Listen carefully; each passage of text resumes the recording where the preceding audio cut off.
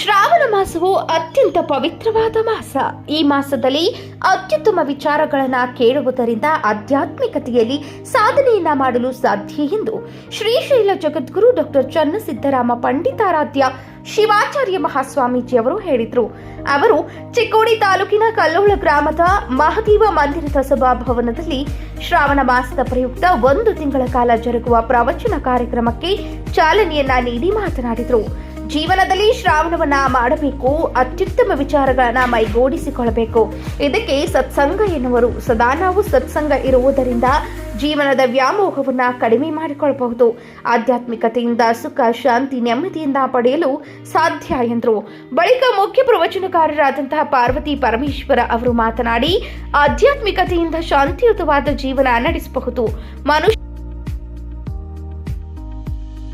ತ್ಯಾಗಮಯಿ ಆಗಿರಬೇಕು. ತ್ಯಾಗದಿಂದ ಉತ್ತಮವಾದ ಜೀವನ ನಡೆಸಬಹುದು ಹಾಗೂ ಜ್ಞಾನದಿಂದ ಶ್ರೀಮಂತದ ಬದುಕು ಕಟ್ಟಿಕೊಳ್ಳಬಹುದು. ಶ್ರಾವಣ ಮಾಸದಲ್ಲಿ ಶ್ರಾವಣ ಮಾಡುವುದರಿಂದ ಮನಸ್ಸಿಗೆ ನೆಮ್ಮದಿ ಸಿಗುತ್ತದೆ ಎಂದರು.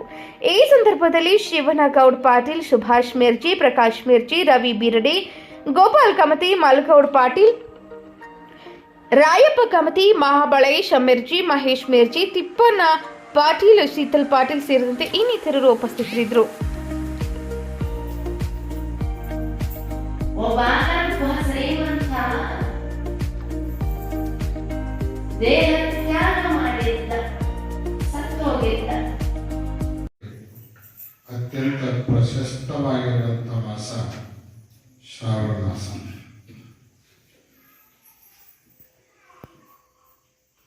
ಆಧ್ಯಾತ್ಮ ಸಾಧನೆಗೆ ಉತ್ತಮ ವಿಚಾರಗಳನ್ನು ಕೇಳೋದು ಅದೇ ಅಡಿಪಾಯ. ಅಧ್ಯಾತ್ಮದಲ್ಲಿ ಮನುಷ್ಯ ಮುಂದೆ ಸಾಗಬೇಕು ಅಂದ್ರೆ ಮೊದಲು ಚೆನ್ನಾಗಿ ಕೇಳೋದನ್ನ ಕಲಿಬೇಕು. ಯಾವ ಮನುಷ್ಯನಿಗೆ ಚೆನ್ನಾಗಿ ಕೇಳಲಿಕ್ಕೆ ಬರೋದಿಲ್ವೋ ಆ ಮನುಷ್ಯನಿಗೆ ಚೆನ್ನಾಗಿ ಹೇಳಲಿಕ್ಕೂ ಬರೋದೇ ಇಲ್ಲ. ನಾವು ಚೆನ್ನಾಗಿ ಹೇಳಬೇಕು ಅಂದ್ರೆ ಮೊದಲು ಏನು ಮಾಡಬೇಕು? ಚೆನ್ನಾಗಿ ಕೇಳಬೇಕು.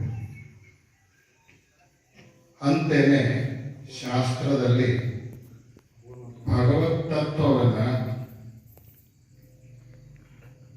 ಆತ್ಮ ವಿಚಾರವನ್ನು ಅರಿಬೇಕಾಗಿತ್ತು ಅಂದ್ರೆ ಮೊದಲು ಏನು ಮಾಡಬೇಕು ಅಂತಂದ್ರೆ ಶ್ರೋತವ್ಯೋ ಮಂತವ್ಯೋ ನಿಧಿಧ್ಯಾಸಿತವ್ಯ.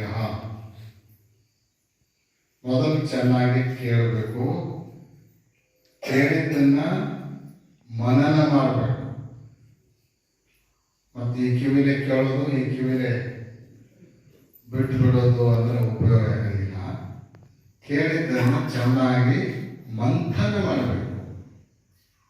ಆಮೇಲೆ ವಿಚಾರದ ಹೊರಗಲ್ಲಿಗೆ ಹಚ್ಚಿ ಚಿಂತನ ಮಂಥನ ಮಾಡಿ ಯೋಗ್ಯವಾದದ್ದು ಯಾವುದಿರುತ್ತಲ್ಲ ಅದನ್ನು ಜೀವನದೊಳಗೆ ಅಳವಡಿಸಬೇಕು.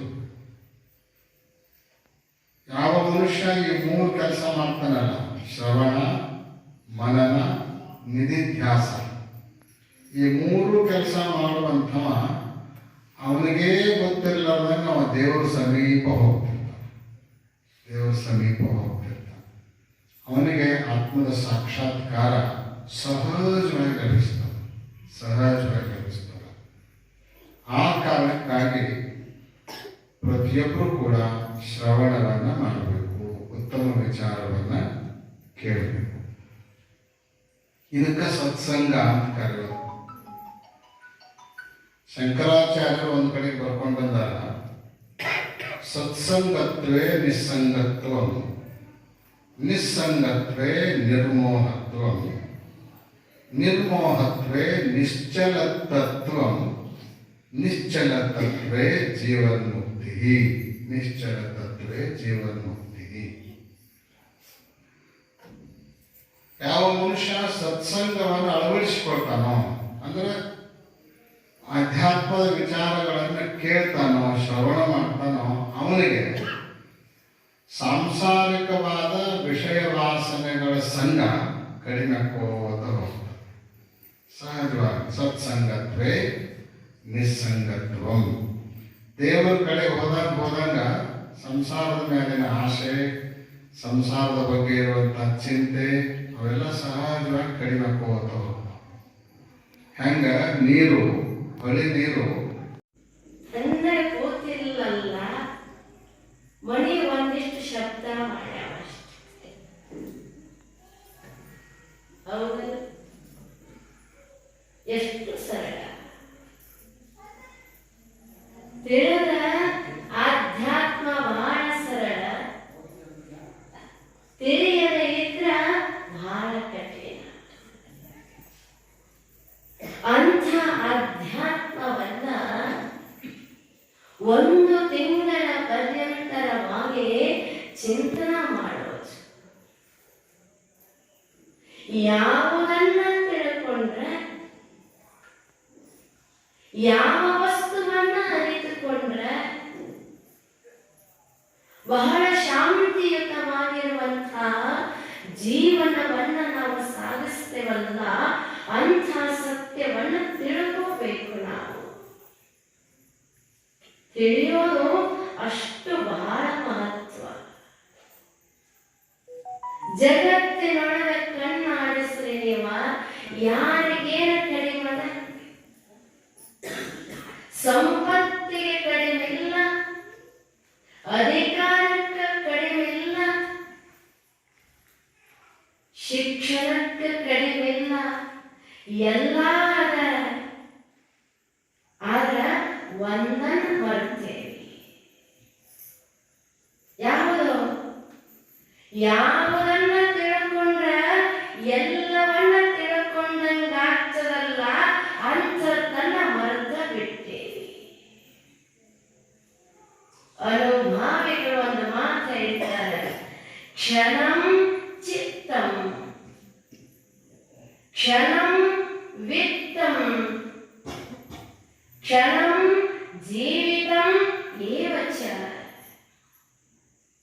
ಯಮಶ್ಚ ಕರುಣಾ ನಾಸ್ತೆ ತಸ್ಮಾತ್ ಜಾಗ್ರತ ಜಾಗ್ರತ ಜಾಗ್ರತ. ಎಷ್ಟು ಚಲೋ ಮಾತಿದೆ. ನಾವು ಎಷ್ಟೇ ಕಷ್ಟಪಟ್ಟು ಹಗಲ ರಾತ್ರಿ ಸಂಪತ್ತನ್ನ ಸಂಗ್ರಹಿಸಿ ಇಡುತ್ತೇವಲ್ಲ, ಆ ಸಂಪತ್ತು ಕ್ಷಣಿಕ.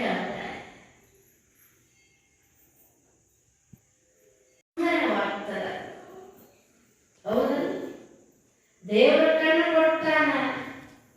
ಯಾಕೆ? ನೋಡ, ಧಾರಾವಾಹಿ ನೋಡಕ್ಕಲ್ಲ,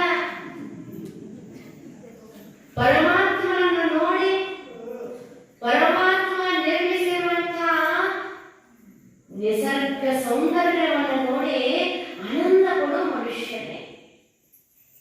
ಹೇಗ ಹೂವ ಅರಳಿ ನಿಲ್ತದ, ಏನು ಸುಂದರ ಹೂವ.